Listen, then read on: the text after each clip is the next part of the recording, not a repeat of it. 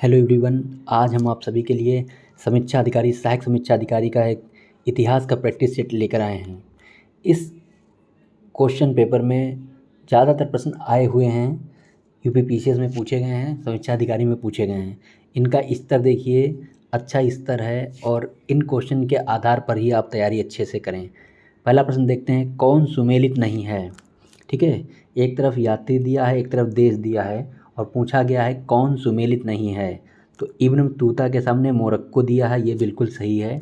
Ibn Battuta 1333 में, ठीक है, 1333 में मोहम्मद बिन तुगलक के काल में भारत आया था या मोरक्को से था और इसने एक अपनी पुस्तक लिखी थी, किताबुल रहला उसका नाम था। ठीक है, इसके बाद मार्को पोलो इटली का था, ये भी सही है।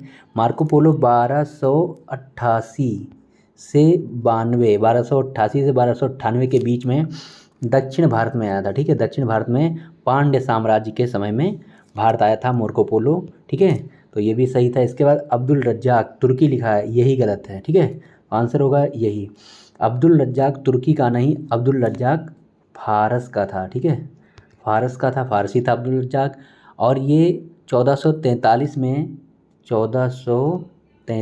में विजयनगर साम्राज्य के राजा देवराय द्वितीय के समय में आया था। ठीक है, देवराय द्वितीय के समय में ये आया था। अगला है नूनीज, तो नूनीज पुर्तगाली था। ठीक है, ये तो सही है, यह एक घोड़ा व्यापारी था नूनीज और यह विजयनगर साम्राज्य के राजा थे अच्युत राज, उनके समय में आया था।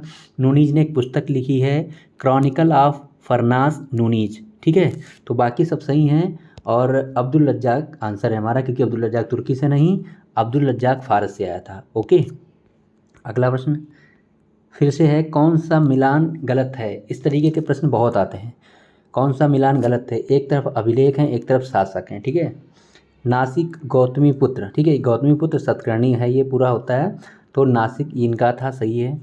हाथी गुम्फा अभिलेख खारवेल का है, ये भी सही है। भीतरी पुलकेशिन द्वितीय, ये गलत है। गिरनार रुद्रदामन, ये भी सही है। ठीक है, आंसर क्या है, भीतरी वाला। भीतरी पुलकेशिन द्वितीय जो मैच किया गया है वो बिल्कुल गलत है। भीतरी जो है वो स्कंदगुप्त का अभिलेख था, गुप्त वंश के जो शासक थे स्कंदगुप्त। ठीक है, स्कंदगुप्त का अभिलेख है भीतरी में। भीतरी एक जगह पड़ती है उत्तर प्रदेश के गाजीपुर जनपद में। ठीक है, और स्कंदगुप्त के और जो अभिलेख मिला है वो जूनागढ़ में है। ठीक है, तो ये था आंसर। तो इसका आंसर क्या होगा, भीतरी वाला गलत है, पुलकेशिन द्वितीय नहीं है। पुलकेशिन द्वितीय का जो अभिलेख है एहोल अभिलेख है। ठीक है, पुलकेशिन द्वितीय का अभिलेख जो है एहोल अभिलेख है और पुलकेशिन द्वितीय ने हर्षवर्धन को हराया था, तो एहोल अभिलेख में इसका वर्णन उसने किया है। ओके, अगला प्रश्न देखते हैं, किस चिश्ती संत को चिरागे दिल्ली कहा जाता था। ठीक, बहुत अच्छा प्रश्न है, कई बार आ चुका है ये। जो चिश्ती संप्रदाय था उसके जो संत थे, सूफी संत, उनमें से किसे चिरागे दिल्ली कहा जाता था। पहला ऑप्शन है मोइनुद्दीन, तो ख्वाजा मोइनुद्दीन चिश्ती, भारत में तो चिश्ती संप्रदाय के संस्थापक ही हैं मोइनुद्दीन चिश्ती, अजमेर में इनका दरगाह है। ठीक है, ये नहीं आंसर है। फिर है फदीरुद्दीन, फदीरुद्दीन इन्हें गंज ए शकर भी कहा जाता था और फदीरुद्दीन का जो उपनाम था, उपाधि थी, वो बाबा फरीद। ठीक है, बाबा फरीद इनको कहते थे, फदरुद्दीन को बाबा फरीद भी कहते थे। ठीक, तो ये भी नहीं आंसर है। फिर है निज़ामुद्दीन औलिया, निज़ामुद्दीन औलिया को महबूब इलाही कहते थे। ठीक है, इसके बाद है नसरुद्दीन, यही आंसर है, चिराग दिल्ली या चिराग देहलवी नसरुद्दीन महमूद को कहा जाता था। ठीक है, चिश्ती संप्रदाय के संत थे नसरुद्दीन, इनको चिराग देहलवी चिराग दिल्ली कहा जाता था। ओके, अगला प्रश्न, कूका आंदोलन की नींव कहाँ पड़ी। कूका जो आंदोलन था ये 1840 से 72 के बीच चला है। ये सिख धर्म से संबंधित था। इसको भगत जवाहर मल ने शुरू किया था, यह पंजाब में शुरू हुआ था। ठीक है, कूका आंदोलन 1840, भगत जवाहर मल, पंजाब में, सिखों से संबंधित था, सिख धर्म से। ओके, प्रश्न संख्या 5 है, फिर से मिलान कौन सा गलत है, ये देखना है। तो हम लोग एक तरफ से नीचे से देखते हैं। स्थायी बंदोबस्त लॉर्ड कॉर्नवालिस बिल्कुल सही है। राज्य हड़प नीति लॉर्ड डलहौजी बिल्कुल सही है। राज्य को हड़पने की जो नीति लाया था वो डलहौजी लाया था। सबसे पहले 1848 में उसने सतारा को हड़पा था, ठीक है, सतारा को हड़पा था। इसके बाद सहायक संघ लॉर्ड वेलेजली, बिल्कुल सही है। और स्थानीय स्वशासन लॉर्ड लिटन, ये बिल्कुल गलत है, तो हमारा आंसर यही होगा। और लॉर्ड लिटन नहीं लाया था इसको, स्थानीय स्वशासन को लॉर्ड रिपन लाया था।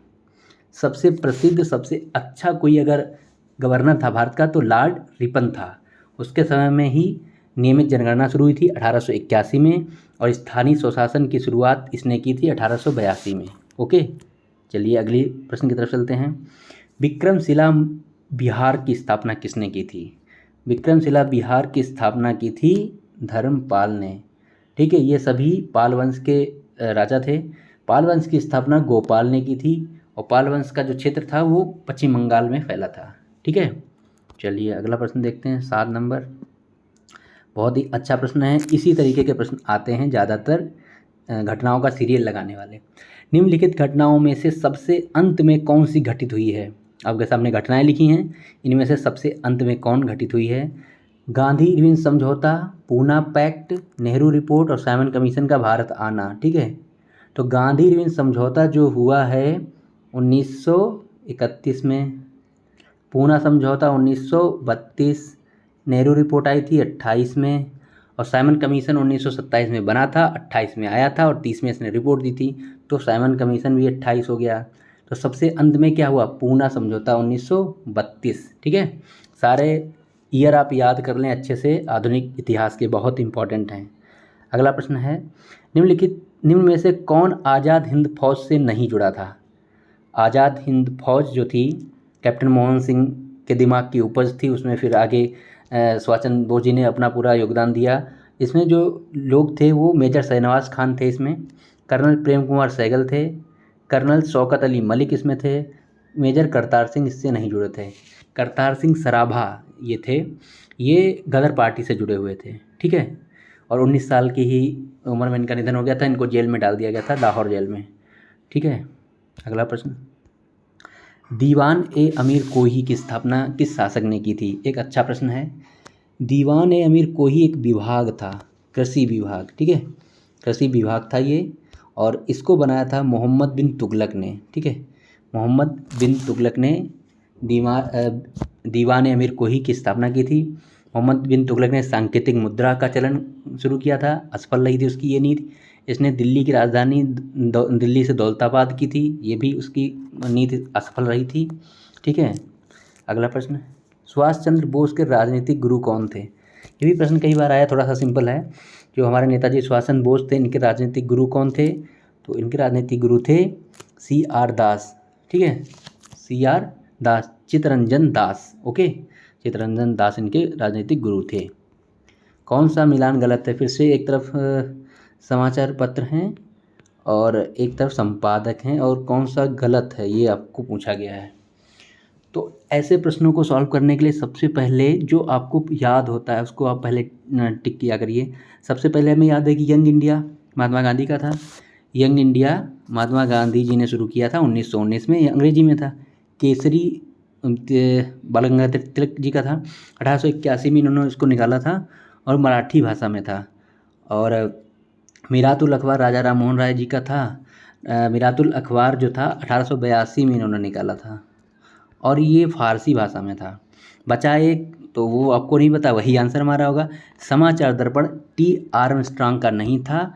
समाचार जो दर्पण था वो JC मार्समैन का था, JC मार्समैन का था। ये आपको याद ना हो तो आप इसको नोट करते जाएं। समाचार दर्पण JC मार्समैन का था, ये बंगला भाषा में इन्होंने निकाला था, ओके। नेक्स्ट प्रश्न पे चलते हैं। कौन एक वैष्णव धर्म से नहीं जुड़ा था? ये सारे वैष्णव धर्म से, 3 लोग वैष्णव धर्म से जुड़े हुए हैं, तो इनमें से कौन एक वैष्णव धर्म से नहीं जुड़ा था? तिरुमंगई वैष्णव धर्म साउथ के थे, दक्षिण भारत के। अंडाल एकमात्र महिला संत थी वैष्णव धर्म की। वासुदेव भी जुड़े थे वैष्णव धर्म से, नागार्जुन नहीं जुड़े थे। नागार्जुन बौद्ध धर्म से जुड़े हुए थे, संत थे, ठीक है, ये इसका आंसर है। अगला प्रश्न है, फवायद उल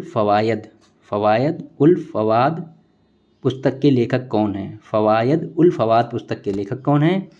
इनमें से आंसर है अमीर हसन। ठीक है, अमीर हसन।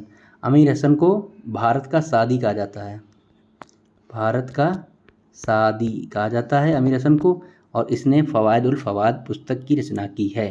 ठीक है, अगला प्रश्न है the roots of India, the roots of ancient India के लेखक कौन है?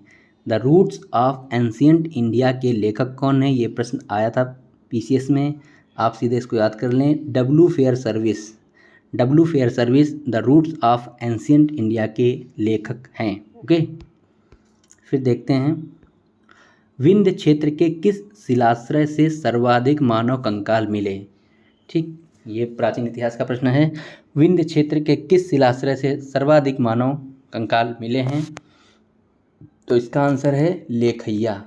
ठीक है, लेखैया मध्य पाषाणकालीन ये स्थल है जो विंध्य क्षेत्र में उत्तर प्रदेश में पड़ता है, यहाँ सर्वाधिक मानव कंकाल मिले थे।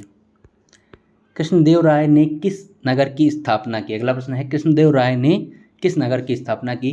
कृष्णदेव राय विजयनगर साम्राज्य के सबसे महानतम राजा रहे हैं। इनको आंध्र पितामह की उपाधि दी गई थी। ठीक है, और इन्होंने 2 नगरों की स्थापना की, उनमें से था एक नगलापुर और एक है हसपेट। हासपेट ये कर्नाटक में है, हासपेट। ठीक है, नगलापुर हासपेट। ओके, चलिए अगला प्रश्न, खान अब्दुल गफ्फार का नाम किस आंदोलन से जुड़ा हुआ है? खान अब्दुल गफ्फार, खान को सीमांत गांधी भी कहते हैं, और इनका नाम जुड़ा हुआ है लाल कुर्ती आंदोलन से। लाल कुर्ती आंदोलन ये पश्चिमोत्तर सीमांत प्रांत में चला था, पहले जो पाकिस्तान वाला एरिया था वहाँ पे। ठीक है, तो ये उससे जुड़े हुए थे खान अब्दुल गफ्फार जी। ओके, प्रश्न संख्या 18 है महात्मा बुद्ध का जन्म और महापरिनिर्वाण के वर्ष क्या हैं? आपको ये याद रखना चाहिए महात्मा बुद्ध जी का जन्म किस वर्ष हुआ और उनका निधन यानी महापरिनिर्वाण कब हुआ था। तो क्या आंसर होना चाहिए? ऑप्शन में से आपको याद होना चाहिए, इसको याद कर लीजिए। 563 ईसा पूर्व से 563 ईसा पूर्व में जन्म हुआ था और 483 ईसा पूर्व में निधन हुआ था। ठीक है, जन्म लुम्बिनी में हुआ था, निधन मल्लों के गणराज्य कुशीनारा कुशीनगर में हुआ था। ओके, चलिए अगला प्रश्न, जैन धर्म के 24वें तीर्थक महावीर स्वामी का प्रतीक चिन्ह क्या है? जैन धर्म में 24 तीर्थक हैं, सभी का कुछ न कुछ प्रतीक चिन्ह है। ठीक है, तो 24वें तीर्थकर थे महावीर स्वामी जी, इनका जो प्रतीक चिन्ह है वो सिंह है। ठीक है, सिंह है। और प्रथम जो तीर्थकर थे वो ऋषभदेव हैं। 23वें तीर्थकर हैं पार्श्वनाथ। पार्श्वनाथ का संबंध वाराणसी बनारस से है, ये भी प्रश्न आया है। ओके, किस मुगल कालीन शासक को सिकंदर ए सानी कहा जाता था? तो सिकंदर ए सानी की जो उपाधि थी वो अलाउद्दीन खिलजी को मिली थी, ये भी प्रश्न आता है। यूपी पीसीएस या समीक्षा अधिकारी के एग्जाम में अलाउद्दीन खिलजी पर ज़रूर एक प्रश्न आता है। अलाउद्दीन खिलजी को बहुत अच्छे से आप पढ़ लें, प्रश्न जरूर आता है। अलाउद्दीन खिलजी 1296 से 1300 ठीक है 1316 तक रहा है शासक, और इसके जो प्रमुख कार्य थे उसमें था बाजार मूल्य नियंत्रण, राशन व्यवस्था की इसने शुरुआत की थी अलाउद्दीन खिलजी ने, सैनिकों का हुलिया लिखने का चलन इसने शुरू किया था। बहुत सारी चीज़ें हैं, इसने बहुत सारे युद्ध किए हैं। ठीक है, तो उनका सबका सीरियल भी लगाने को आया है। अलाउद्दीन खिलजी सबसे इम्पॉर्टेंट राजा है आपके एग्ज़ाम के पॉइंट ऑफ व्यू से। वैसे तो एक निर्दयी व्यक्ति था, ठीक है, लेकिन हमें तो एग्ज़ाम निकलना है तो अच्छे से उसको पढ़ना है। Okay, thank you so much.